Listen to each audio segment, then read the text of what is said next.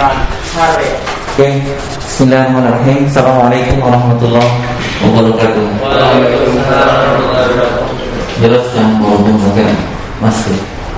Oke, teman-teman, hari ini setiap 2 pekan sekali kalian akan ada, selain bahasa Inggris, ada materi-materi yang selama ini mungkin belum diajarkan. Dan mulai semester ini kita ambil waktu untuk belajar materi itu. Dan ini materi gak asing sebenarnya. Teman-teman sudah pernah dapat kewirausahaan kan? Di SM kewirus ada kan? Ada. Ini Ada yang belum, ada yang enggak ya. Oke, kewirausahaan. Yang awal udah mana? Hai awal, belum naik. Oke, hari ini kita akan belajar tentang prakarya dan kewirausahaan. Kalau bahasa kerennya ini sebenarnya adalah entrepreneurship. Ya, kita belajar tentang entrepreneurship. Ya, kita belajar tentang bagaimana sikap dan langkah yang kita bisa lakukan dalam berwirausaha. Ada yang paham wirausaha itu kayak gimana? Wirausaha itu kayak gimana nih? Kalau selama di SM diajarin wirausaha itu kayak apa? Nggak tahu kan, Nggak ingat. Ada yang ingat? Ada yang ingat? Wira itu menulis, komika, berani menulis. Wirausableng beda ya. Wirausableng ke wirausaha keren dan kewirausahaan.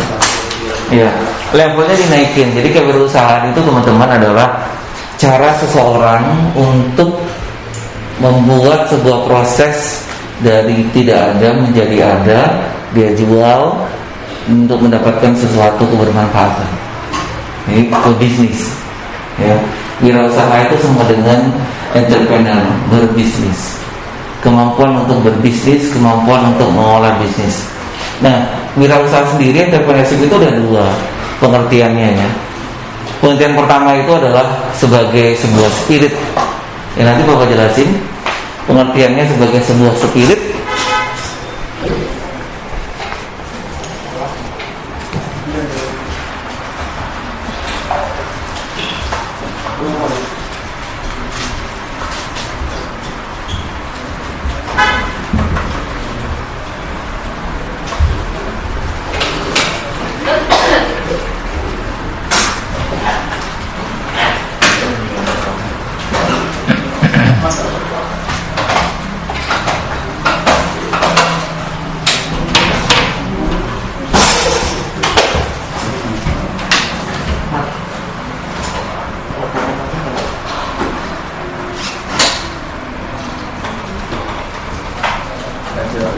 Bapak ambil yang sederhana aja ya.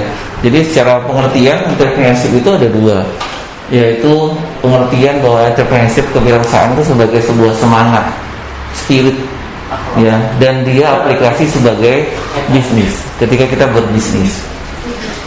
Kira-kira menurut kalian perlu nggak kalian berbisnis? Kenapa? Kenapa coba? Nah, biar bisa hidup.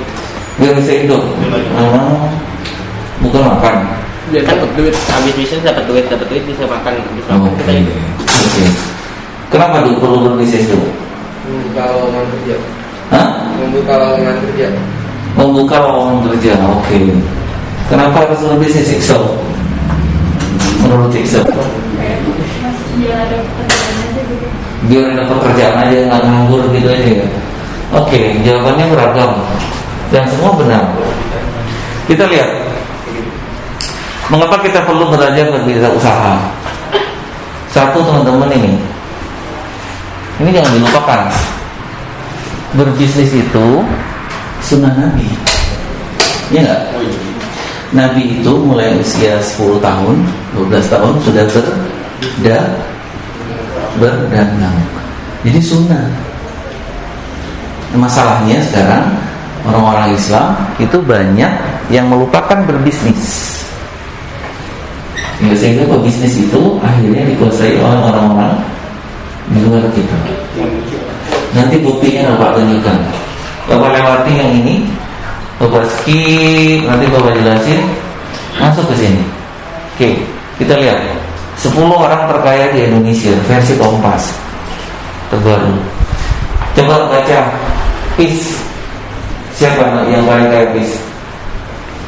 Siapa yang paling kaya dari gambar ini? David. Oke. Yang kencang dong. Yang kencang. Robert Budi dan Michael Hartono. Iya, siapa itu? Bapak. Jarum. Oh, pemilik dari Jarum.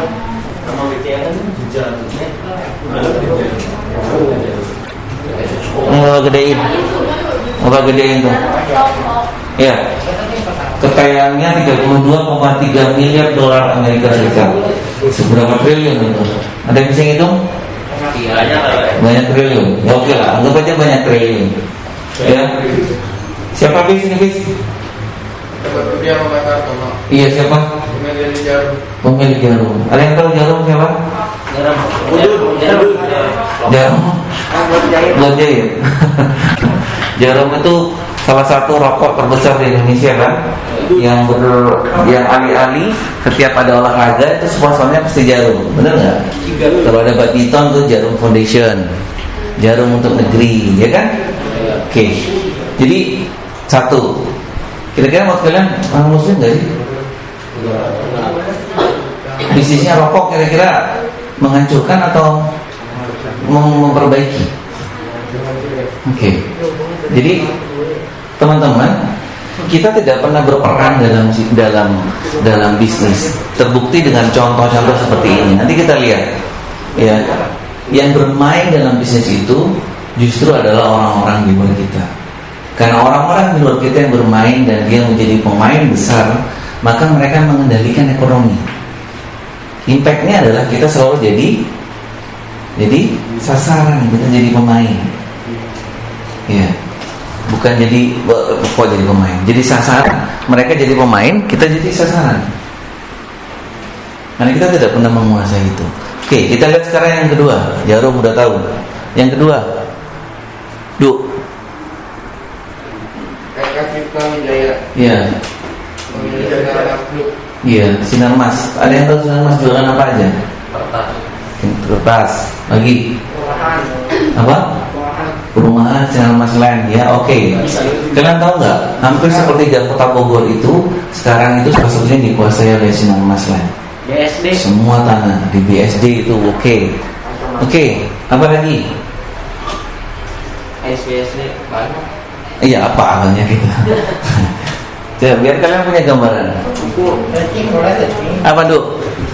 NXL Group. Gak usah searching dulu. Sinar Mas. Saya minum ya. Itu yang buat goreng-goreng, kalian goreng-goreng tiap hari itu minyak goreng itu kan? Itu Sinar Mas. Coba lihat produknya Sinar Mas.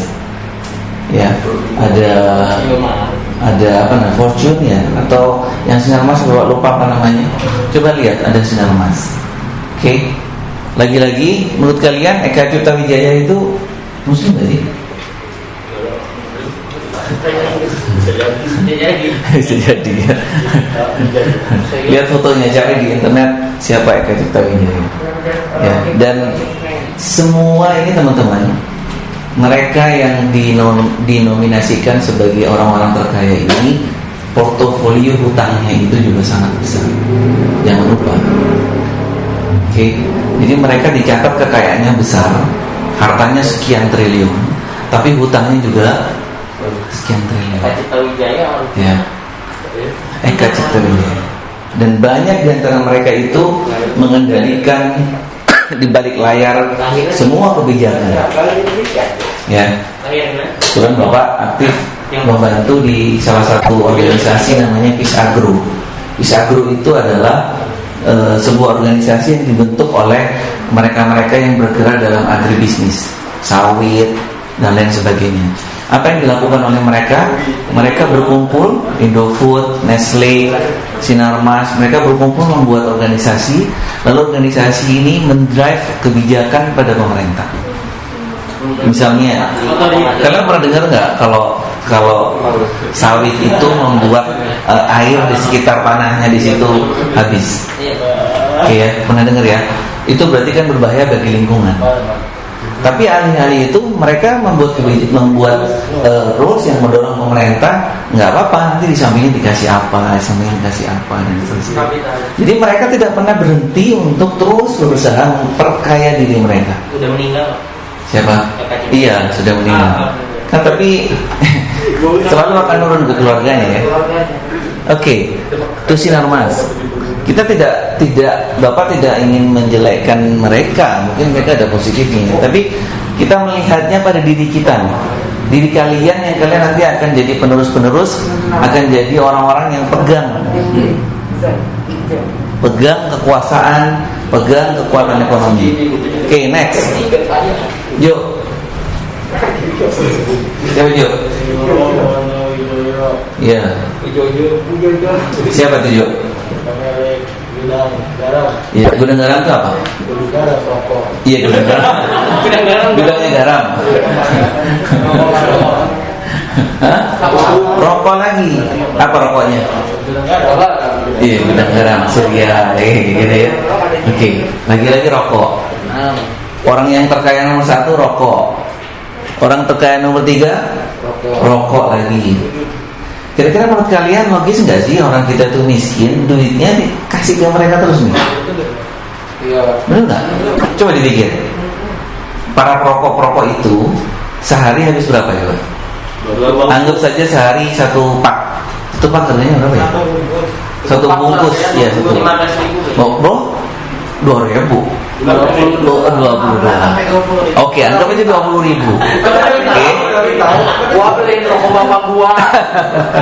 Nah, ini nanti bisa catatan buat tanya Davi nanti dan bisa ngomong tuh, Pak, berarti mengkayakan Iker.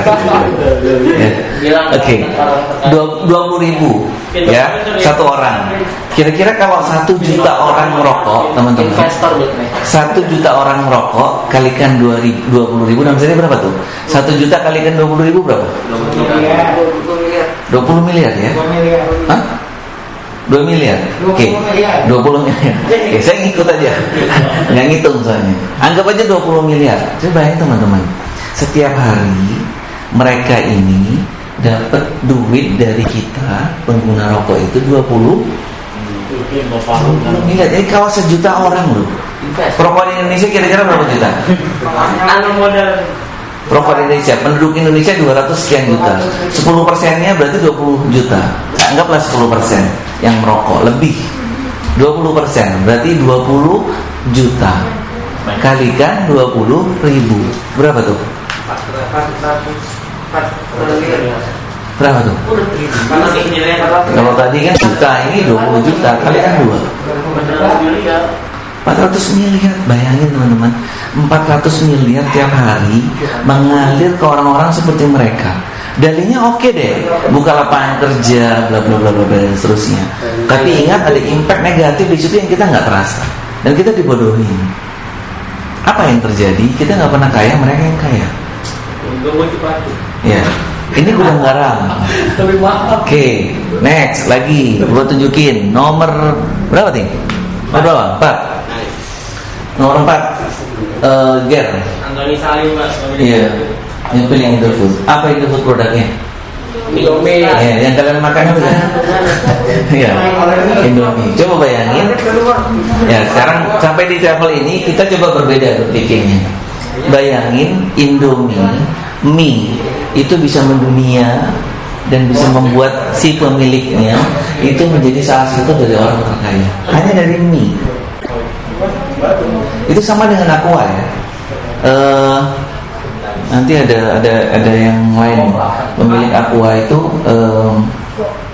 Jarum itu teman-teman, Jarum, Pak Robert Budi dan Michael Hartong ini juga yang memiliki BCA dan salah satu pemilik saham juga di Aqua. Jadi iya di Bank Sentral Asia. Hampir semuanya mereka kuasai, dari air, ya kan? Air, pertambangan, rokok, semua mereka kuasai. 45,3 triliun. 4 apa itu? Apa ya? Harta kekayaannya kayak gitu udah.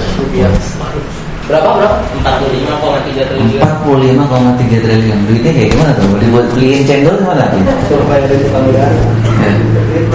Ya, jadi teman-teman, yuk, ya oke. Kita aware terhadap kemampuan kita berbisnis. Kita mulai melatih kemampuan kita berbisnis. Itu penting. Kita nggak pernah tahu situasinya. Oke, Bapak balik dulu ke sini. Nanti biar enak ya. Tadi sampai mana? Anthony Indofood. Dia kelihatan ya, Indofood bisnisnya mie dan macam-macam sekarang ya. Ada mie, selain mie apa? Kue segala macam, Indofood, kecap macam-macam. Oke, sekarang berikutnya. Pak, si Salim Islam apa enggak? Hah? Islam apa enggak? Nggak ada yang bisa, teman-teman. Dari 10 orang ini, oke, bocoran dulu.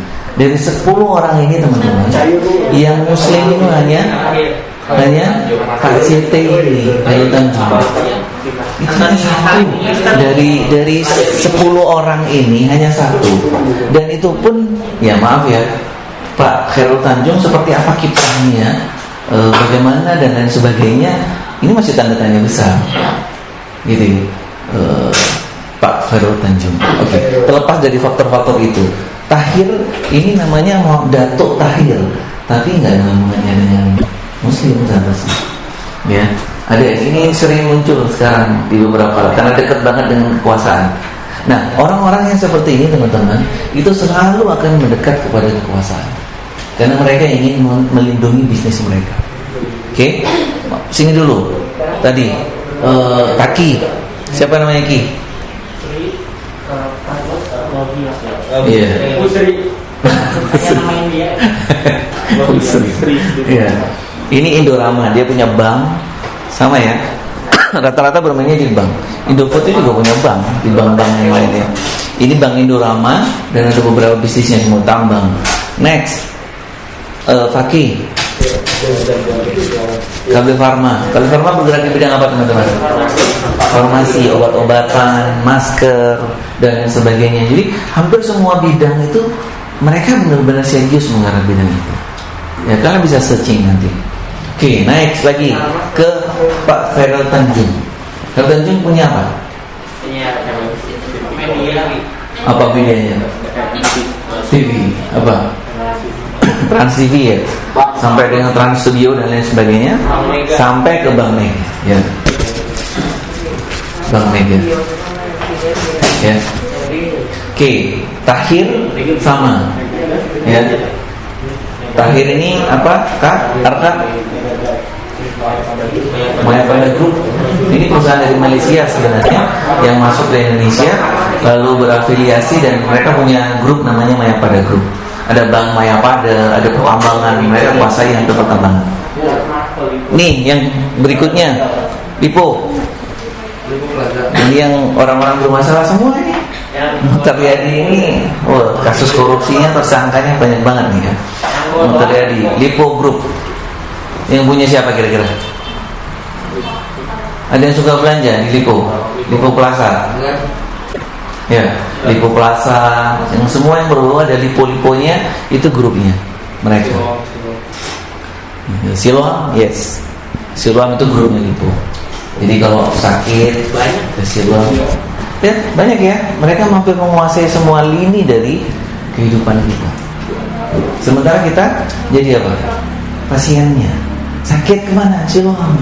Ya, kita jadi pasiennya, kita tidak pernah jadi pemain. Oke. Jogi Hendra Atmaja sama Mayora bikin apa? Dari Mayora gitu kan. Ada makanan ya, mereka fokus ke makanan dan lain sebagainya ya. Ini masih 10 orang terkaya teman-teman yang terdata. Ini datanya dari Kompas ya, bukan Bapak yang buat. Dan kita kelihatan dari sini bagaimana peran kita. Oke, kita balik ke yang tadi. Bisnis adalah sunnah yang Nabi SAW para sahabatnya itu ajarkan. Ya, bahkan ketika Bani Umayyah, Umar bin Abdul Aziz itu masa-masa kejayaan Islam di mana tidak ada orang ya sampai kemarin Ustadz bercerita itu pembagi zakat itu disuruh nyari siapa yang belum dapat zakat. Semua sudah dapat sahabat. Oke, kalau gitu pastikan burung-burung yang ada di gunung, coba bayangin ya, burung-burung yang ada di gunung tidak ada satupun yang kelaparan, harus terpenuhi makanannya. Sampai segitunya. Ini nyari orang miskin susah ketika itu. Oke, itulah kalau orang Muslim memimpin, orang Muslim punya kekuatan. Oke, maka kenapa pentingnya berbisnis, teman-teman? Pertama ini tadi, itu sunnah. Jadi kalau kalian berbisnis sebenarnya kalian sedang melaksanakan sunnah, sedang melakukan sesuatu yang pahalanya besar karena mengikuti sunnah Nabi. Maka jangan alergi dengan bisnis, dengan bisnis. Alergi jangan alergi dengan bisnis, apapun bisnis itu. Kita coba air, ternyata dari aqua yang kecil bisa menjadi besar. Mie, dengan mie kayak gitu ternyata bikin mie doang itu bisa menjadi perusahaan yang besar seperti Indofood. Susu perah Nestle itu hanya mengelola sapi perah, tapi bisa menjadi perusahaan susu besar. Oke, jadi banyak bidang yang bisa kita lakukan. Yang kedua adalah alasannya kita tidak pernah tahu apa yang akan terjadi pada masa depan kalian. Covid itu punya dampak yang sangat luas. Ada orang yang sebelumnya bekerja, ketika Covid di PHK, nggak punya kerjaan. Ada benar nggak? Ada orang yang sebelum Covid dia banyak dapat proyek, tapi ketika Covid proyeknya tidak ada sama sekali, tidak ada uang yang masuk. Bahkan yang terjadi ditagih-tagih karena banyak hutang. Kita nggak pernah tahu. Semua rahasia kehidupan kita yang masa depan semua adalah haknya Allah. Kewajiban kita adalah mempersiapkan diri. Ya, ada orang yang sebelumnya Covid di PHK katanya banyak banget ya. Belum lagi yang walaupun ada orang yang diuntungkan dengan Covid. Perusahaan-perusahaan bergerak di bidang kesehatan itu diuntungkan ketika ada Covid. Benar nggak? Karena maskernya meningkat, obat-obatan dibutuhkan meningkat, tapi ada yang tidak. Maka kita harus mempersiapkan diri, teman-teman. Salah satunya adalah dengan berbisnis, berwirausaha, belajar berwirausaha. Maka jangan alergi dengan, sekali lagi, jangan alergi dengan berbisnis, dengan berwirausaha. Selain itu sunnah, itu adalah bekal kita nanti. Kita nggak pernah tahu.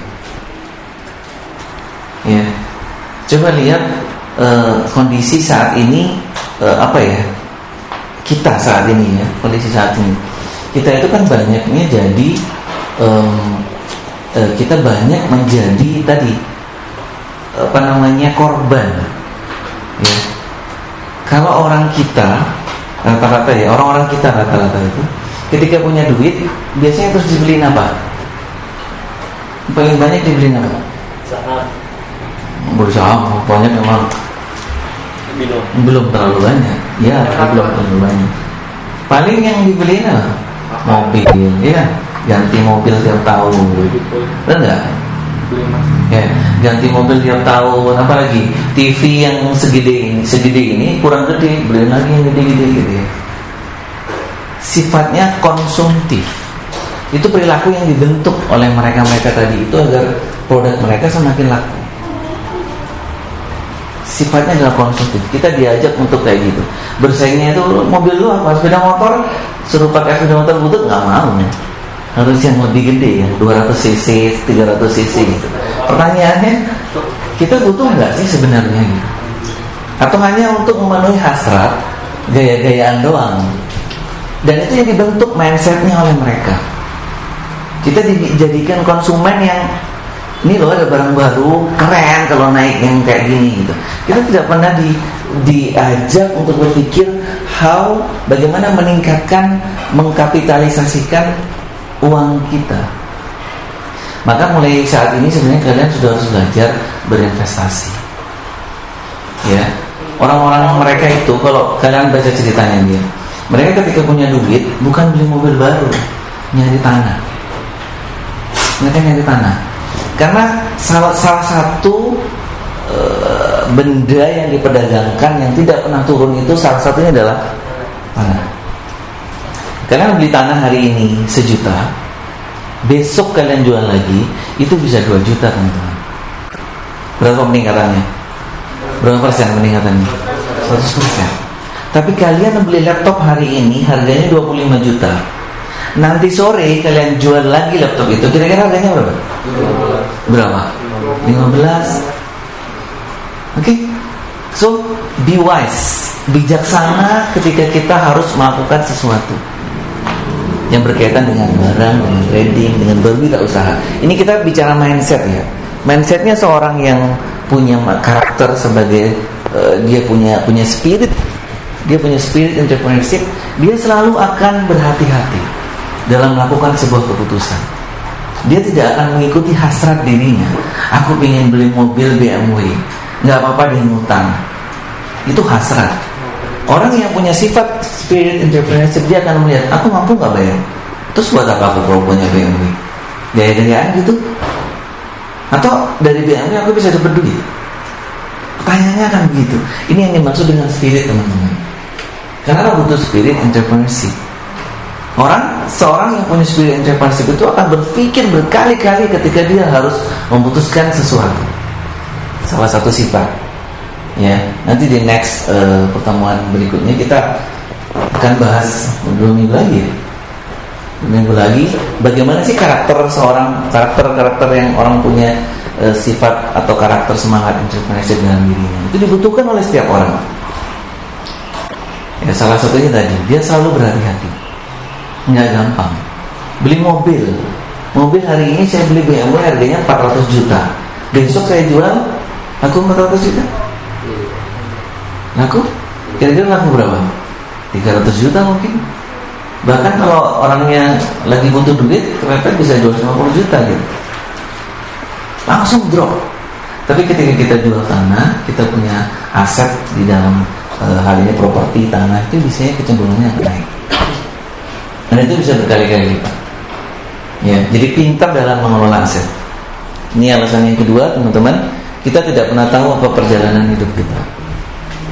Alger nanti menikah sama siapa kan belum tahu kan ya. Terus Alger punya pekerjaan apa, bisa nggak beli rumah dan sebagainya. Maka mulai sekarang mempersiapkan diri. Yang awal juga begitu. Kalian tidak pernah tahu dapat suami yang kayak gimana. Apakah kalian harus membantu suami, membantu meringankan beban ekonomi dengan harus berusaha jual sesuatu, jualan kue. Bukan sesuatu yang rendah, tapi itu adalah bagian dari upaya atau semangat untuk berwirausaha. Harus dimiliki oleh setiap orang, siapapun itu. Benar. Ya.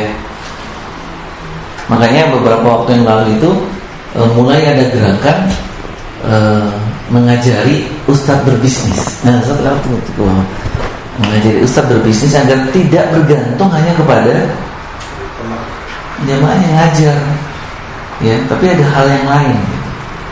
Tidak nunggu panggilan untuk ceramah atau mengharapkan uang dari situ, gitu ya. Tapi ada hal yang lain karena dia bisa berbisnis. Ustadz Happy salah satu contoh, teman-teman.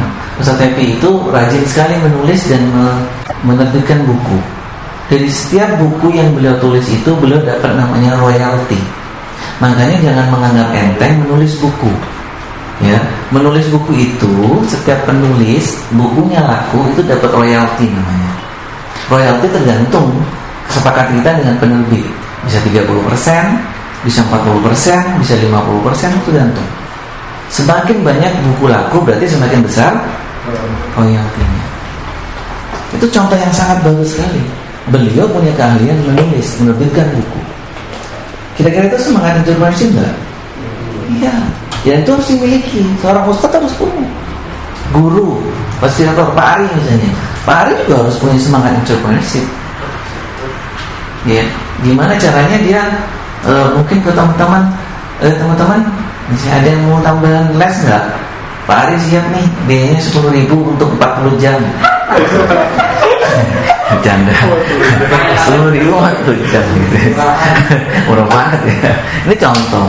Itu artinya ada semangat untuk ada sesuatu yang dia harus lakukan. Enggak apa-apa. Ya. Nah, ini yang harus kalian coba gali ya. Jadi sekali lagi, kita nggak pernah tahu bagaimana nasib kita ke depan. Maka prepare, persiapkan mulai sekarang. Ya, jangan males-malesan, jangan mageran, karena kalian harus persiapkan mulai sekarang. Kalau nggak nanti terlambat. Adanya terlambat. Ya, persiapkan mulai sekarang, belajar berbisnis apapun, nggak pakai malu, ya, tidak usah pakai malu. Mau jualan kue, jualan puding, itu adalah sesuatu yang besar buat kalian, pengalaman yang sangat besar buat kalian. Nah, pekan terakhir Januari jangan lupa kalian akan masuk di Surau Business Camp session yang ketiga ya Pak Ari ya, session yang ketiga. Setiap kalian nanti di pekan terakhir Januari harus jualan, apapun itu bentuknya dan itu masing-masing. Kalau kemarin kan kita berkelompok kan, nah di pekan ini mulai pekan session ketiga ini nggak berkelompok lagi. Kalian harus sendiri-sendiri menjual sesuatu, belajar menjual sesuatu. Bisa produk, bisa jasa, bisa reseller, nggak ada masalah, apapun. Reseller, ngerti ya maksud reseller ya? Jadi kalian nggak membuat produk sendiri. Pin, jual apa Pin? Ayam. Gue beli ke lu ya. Lu jual berapa? 10.000. Oke, gue jual 15 ya. Tapi ditambahin dari Davin, ayamnya cuma di apa namanya, di marinasi ya. Nah, ketika kalian jual 15.000, ayamnya udah digoreng. Misalnya itu contohnya, itu namanya reseller.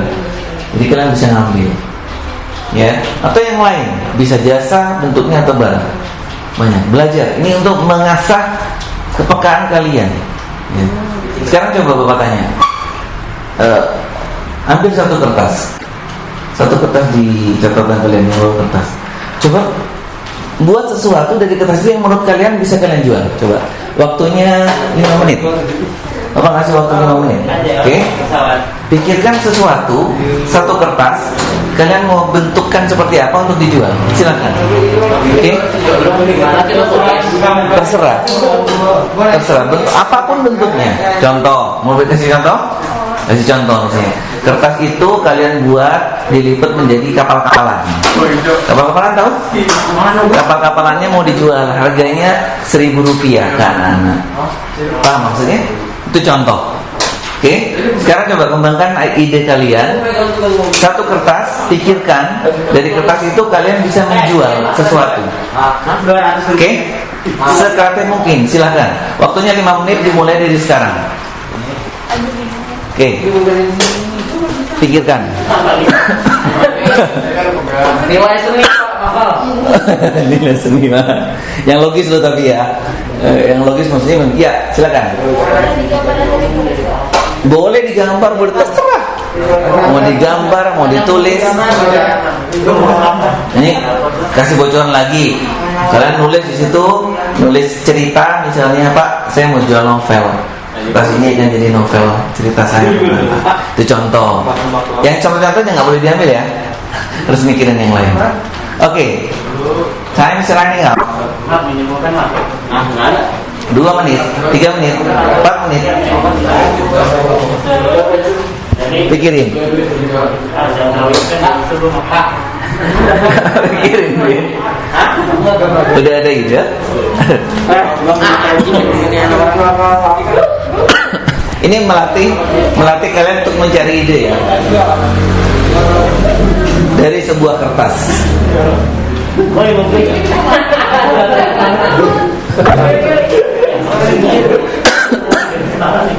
3 menit lagi. Ayo, gue bingung bener. Kertasnya yang mau dijual. Boleh tuh. Boleh jual kertas. Kertasnya buat apa? Ini ada. Asal lo bingung. Pikir nggak apa-apa. Pikirkan terus. Salah satu spirit entrepreneurship itu adalah pantang menyerah teman-teman. Jadi nggak gampang menyerah. Pikir terus, putar otak terus. Nggak boleh nyerah. Ya sama ya. Sambil kalian memikirkan, Bapak cerita-cerita. Sama. Bapak itu dulu. Kita kalau cerita bisnis itu jangan cerita senang-senangnya doang, cerita susahnya juga dong. Ya. Bapak dulu itu pernah sampai pada satu, nggak apa yang dipikir ya, anaknya mungkin nggak tahu, nggak baca nggak tahu. Bapak dulu sampai pada satu titik di mana bisnis udah nggak beres, nggak benar, bangkrut, oke, duit udah nggak ada. Besok hari Lebaran, nggak punya duit sepeser pun, hidup di Bogor. Besok Lebaran, hanya punya satu HP. Ingat atau HP yang bisa dibuka yang pisang tuh? Oh ya, oke. Apa yang Bapak lakukan? Bapak waktu itu masih ngantor di Jakarta. Bapak datang ke Blok M. Pernah ada yang ke Blok M? Di Blok M, Bapak datang ke tukang HP. Jual HP. Bapak tanya ke dia, ini hargamu berapa? Harga ini kira-kira berapa? Oke, sekian ratus ribu, 900 ribu. Oke, ada nggak saya bisa dapat HP setengahnya? Tetap saya dapat HP, saya jual HP saya dapat duit dan dapat HP. Bisa Pak? HP-nya jadi HP yang biasa, nggak apa-apa. Berapa? HP-nya 150 ribu. Oke, berarti saya dapat duit berapa? 750 ribu. Oke, deal. Pulang. Alhamdulillah Lebaran punya pegang duit 750 ribu. HP-nya kemana? Kemarin jatuh. Kilo dibohongin.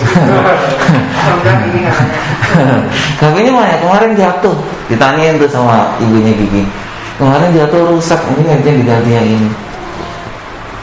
Bisa ngambil pelajaran dari situ. Kita nggak boleh nyerah teman-teman. Dalam kondisi apapun, seberat apapun, kita tidak boleh melakukan hal yang negatif, hal yang haram kita lakukan, tapi kita harus berusaha, muter otak. Itu yang harus kalian lakukan sekarang. Putar otak kalian, putar terus otak kalian. Temukan sesuatu yang akhirnya kalian akan temukan itu. Ini berarti loh. Jadi kita belajar wirausaha nggak cuma teori doang. Ini langsung praktek. Kayak gini rasanya jadi wirausaha. Ya. Udah? Ada yang sudah? Belum. 2 menit, 1,5 menit. Sampai yang panjang ke 15. Nanti kita lebih jamnya. Oke. 2 menit.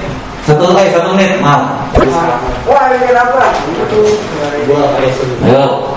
Biasanya the power of kepepet itu keluar. Ketika kalian kepepet, keluar tuh idenya. Yuk. 45 detik. 30 detik. Siapa yang udah? Angkat tangan. Nggak usah malu. Oke, Arka. Sambil nunggu. Apa Kak? Diapain Kak? Diapain Kak? Pak, Ahmad Pak. Ayo Kak, diapain cerita? Ayo, cepetan. Ini kapal kertas. Oke. Terus? Biasanya saya pakai buat main balap-balapan di selokan. Oh. Terus mau diapain tuh? Udah saya jual aja buat bocil. Oh, dijual murah-murah ke bocil ya? Boleh. Oke, makasih Arka. Kasih pos dong buat Arka. Ayo Bin, apa Bin? Hah?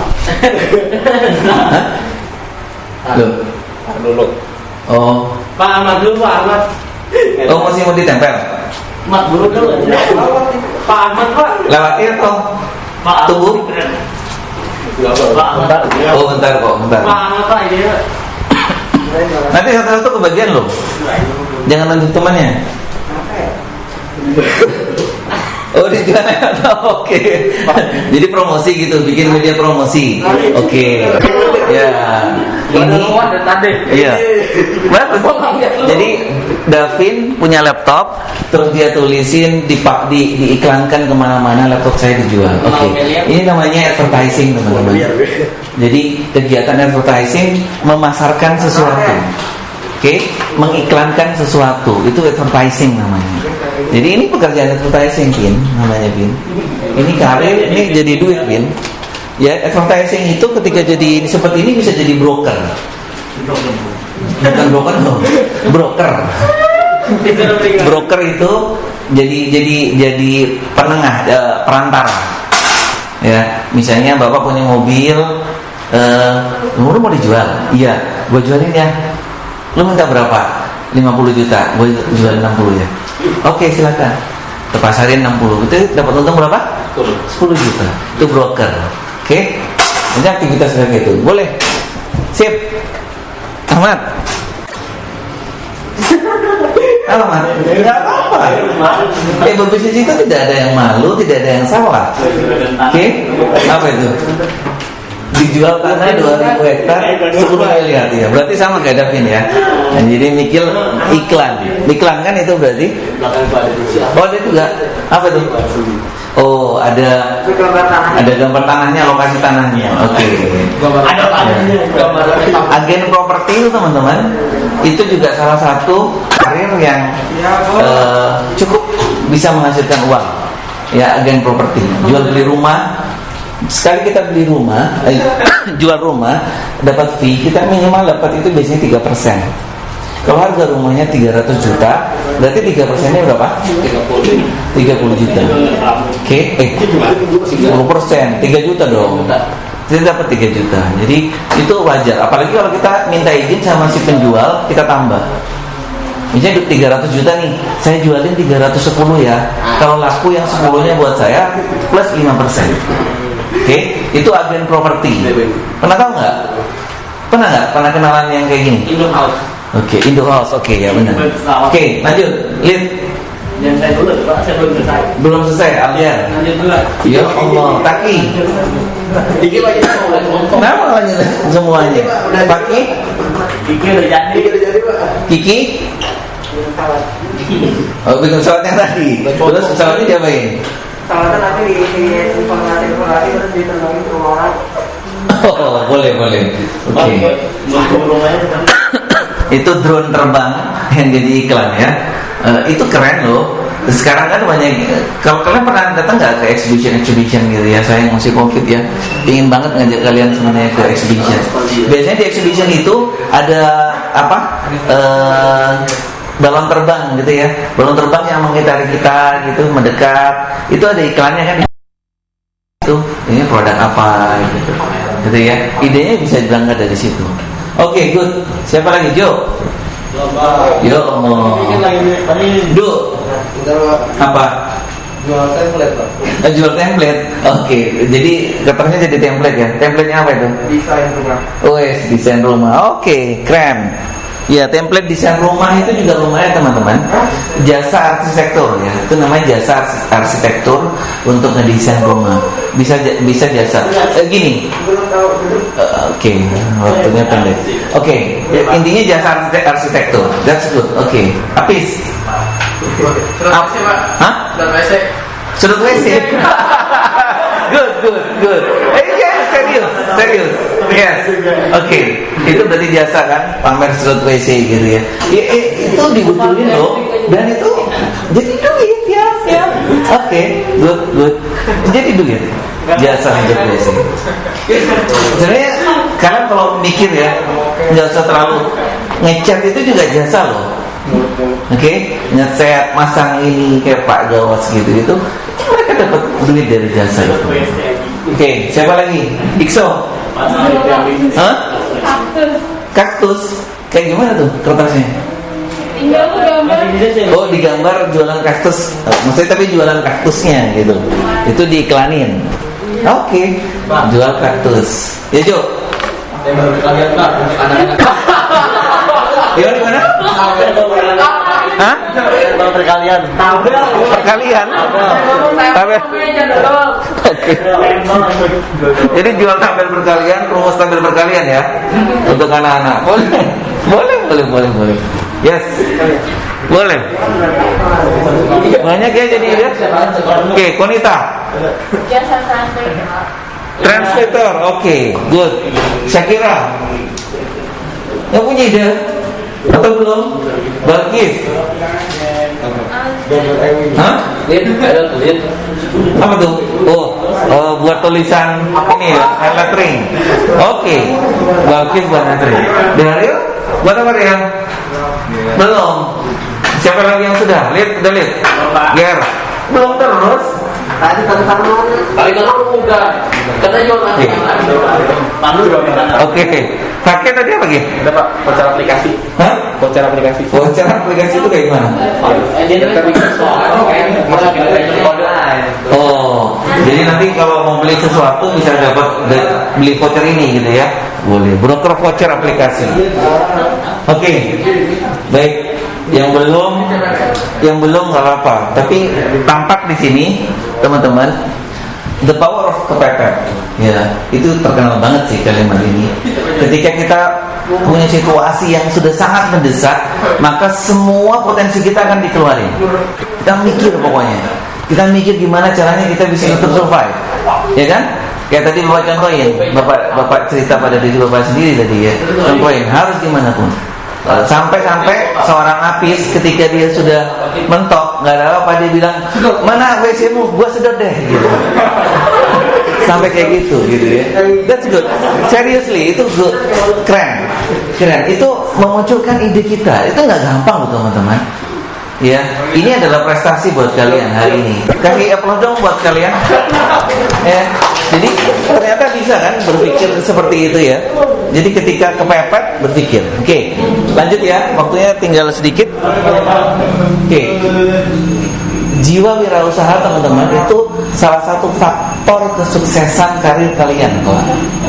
Orang yang bekerja di satu perusahaan, ya misalnya dia sebagai pekerja di sebuah perusahaan atau dia memiliki usaha sendiri, tapi dia tidak pernah punya spirit entrepreneurship untuk membantu, menjual, memikirkan strategi dan lain sebagainya, maka dia akan jadi orang-orang biasa-biasa aja. Tukang sapu yang punya jiwa entrepreneurship itu akan berbeda dengan tukang sapu yang nggak punya jiwa entrepreneurship. Kalau orang tukang sapu yang tidak punya jiwa entrepreneurship, maka dia hanya mikir pokoknya saya nyapu, bersih, selesai. Benar nggak?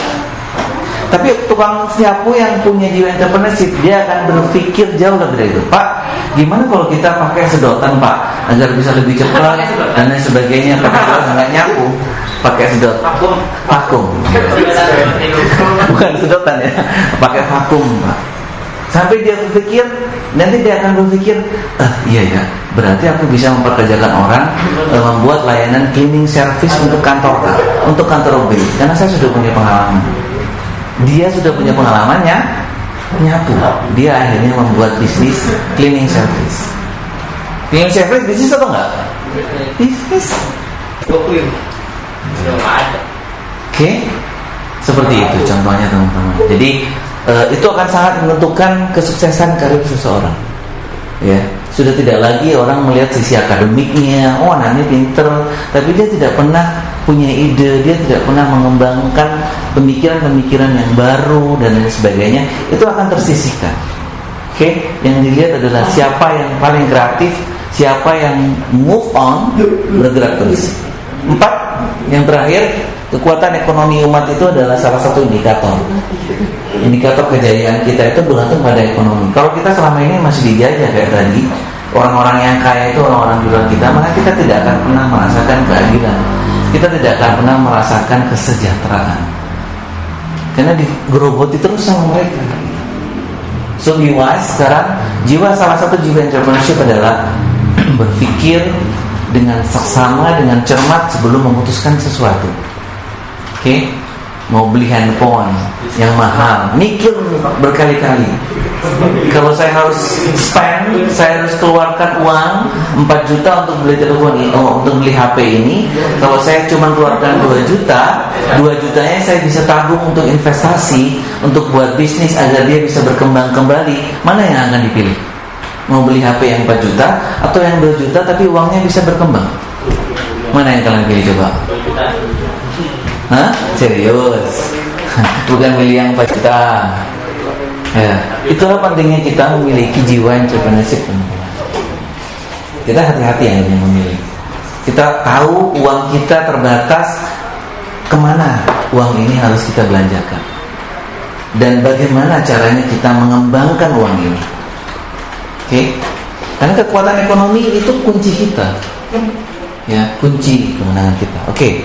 Next. Nih, bagaimana cara kita mengubah diri teman-teman? Dari yang sebelumnya nggak sadar tentang pentingnya entrepreneurship, menjadi yang sadar bahwa penting untuk punya semangat seperti itu.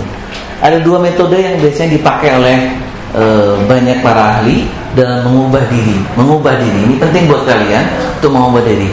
Yang pertama itu namanya outside in. Ini bergantung pada kalian. Semua dua metode ini sama-sama baik. Ya, outside in itu adalah, ini kan ceritanya membentuk mindset, membentuk karakter dalam diri kalian. Outside ini adalah ubah apa? Pertemanan. Jadi mulai sekarang bukan milih teman ya, tapi memilih dengan siapa kalian akan bermitra, berteman dengan lebih akrab dan sebagainya. Pilih. Ya, jangan cari teman-teman yang kira-kira tidak mendukung kalian untuk lebih maju. Kalau kalian milih mana? Teman yang kerjanya tiap hari dia merokok di depan kita gitu ya. Nyantai, ngapain ke sekolah? Di rumah aja nyantai bro, gitu misalnya gitu. Atau dengan teman yang, ayo kita sekolah nih, hari ini kita banyak tugas, kita mau ngerjain ini, kita mau ngerjain ini. Ya, ubah pertemanan. Siapa yang masih punya teman-teman yang mageran dan sebagainya, tinggalkan dia, ganti teman. Ya, ganti teman, karena itu tujuan kita untuk merubah diri. Kalau kita nggak pernah begitu, kita susah untuk merubah diri kita. Oke, ubah penampilan. Ubah penampilan perlu nggak? Itu dari outside, ya. Ubah penampilan. Tampilannya kalau bisa, wah keren. Makanya udah pada keren semuanya. Rambut sudah tinggal pandu, dirapiin dikit. Wah, udah dimain sama di rambutnya. Ya, biar sudah rapi. Ubah penampilan. Penampilan itu akan mempengaruhi mood kita, teman-teman. Serius. Kalau kita acak-acakan, maka itulah gaya kita. Kehidupan kita itu ya acak-acakan. Tapi kita rapi, kita selalu rapi, maka orang ini rapi. Itu kan dinilai dan akan dilihat oleh orang. Oke, ubah penampilan dan ubah cara berkomunikasi. Cara berkomunikasi sudah bukan asal ngocol aja gitu ya, tapi udah diatur. Kapan berbicara dengan orang yang lebih dewasa, lebih tua, harus seperti apa gayanya, harus sopan, harus beradab. Dengan teman-teman juga nggak ada kata-kata kasar, nggak ada kata-kata yang negatif dan lain sebagainya. Ubah. Itu outside in. Perubahan itu akan membuat kita nanti bisa berkembang, bisa merubah diri kita. Lalu yang inside out, perbaiki pola pikir sikap kita. Perbaiki keyakinan bahwa kita mampu. Setiap kita punya masalah, kita mampu untuk kerjain itu. Ya, harus yakin itu dulu. Kalian bingung, biasanya kan bingung project nih, nggak punya ide pak. Gitu. Perkuat keyakinan, saya pasti punya ide. Yuk, saya harus mau berusaha. Buktinya tadi dengan sekian menit, dengan satu kertas, banyak ide tuh. Ya, ada yang sedot WC, ada yang jualan laptop, ada macam-macam gitu. Sebenarnya banyak ide itu. Gitu. Kita tidak pernah memaksa diri kita, karena kita nggak yakin. Ya, tambah inside out, dari dalam ke dalam adalah belajar, tambah kemampuan diri, belajar. Ini pentingnya kita belajar, teman-teman. Ya, belajar itu bukan untuk gaya-gayaan, tapi untuk memantapkan diri kita, menyiapkan diri kita. Oke, yang terakhir.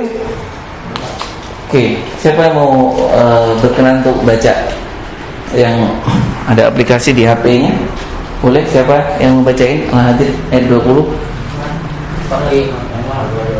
Siapa? Silakan. Satu. Saya pakai babas.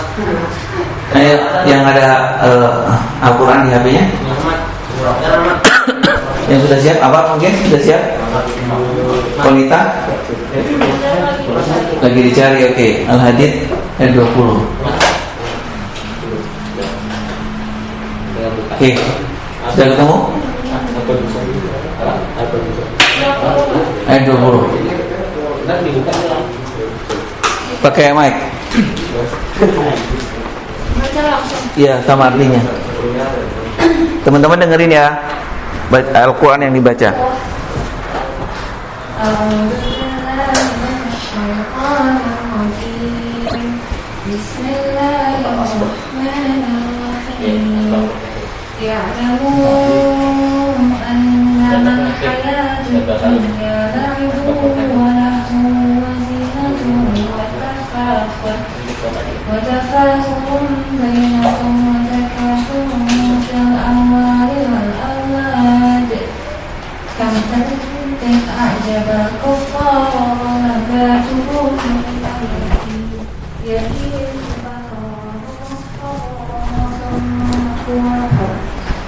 يكون حطما وفي الآخرة عذاب شديد ومغفرة من الله ورضوان وما الحياة الدنيا إلا متاع الغرور. Sama artinya ya. Ketahuilah sesungguhnya kehidupan dunia itu hanyalah permainan dan senda gurauan, perhiasan dan saling berbangga di antara kamu serta berlomba dalam kekayaan dan anak keturunan. Seperti hujan yang tanamannya mengagumkan para petani.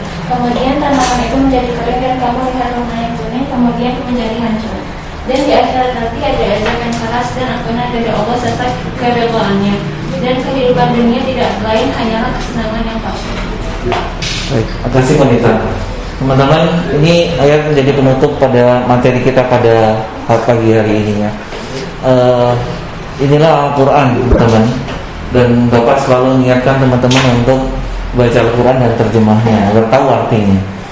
Jadi di Al-Hadid ini Allah menyatakan di situ bahwa ada segolongan kita itu yang selalu berbangga-bangga dengan harta. Rumahnya harus mewah, anaknya harus banyak, mobil harus yang terbaru, harus 10 mobil kalau bisa dan lain sebagainya. Ya, itu Allah tulis dalam Al-Quran. Karakter-karakter yang seperti itu karakter yang tertipu. Karena dunia bukan untuk itu. Dunia itu hanya permainan saja. Ya, dunia itu hanya sebentar permainan. Kita cari orang Islam itu wajib untuk kaya. Tapi kekayaannya bukan untuk mengkayakan dirinya sendiri.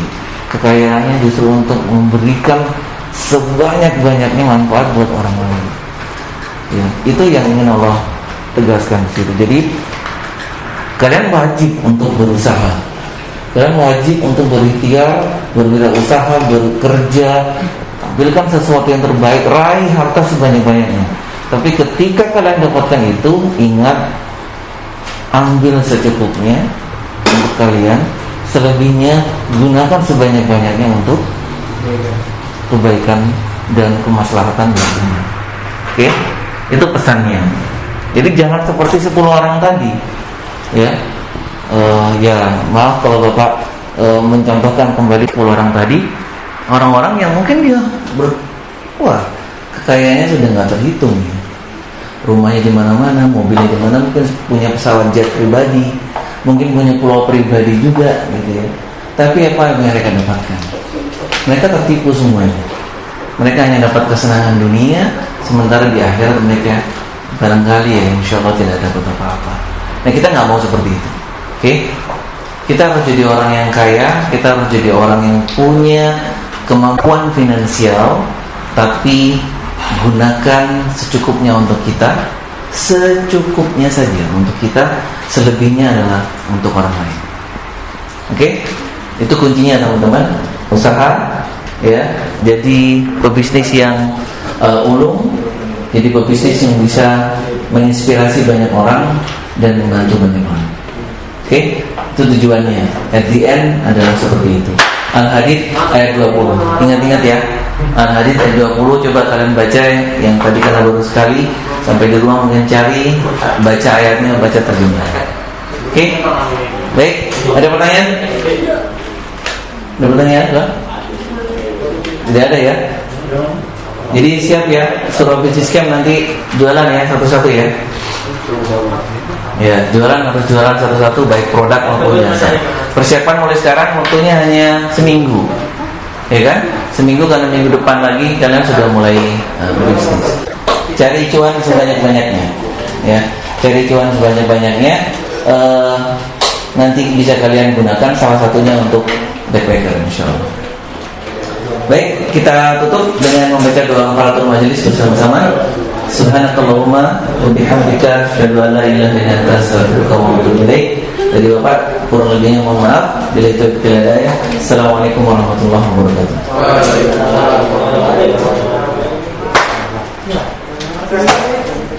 Oke.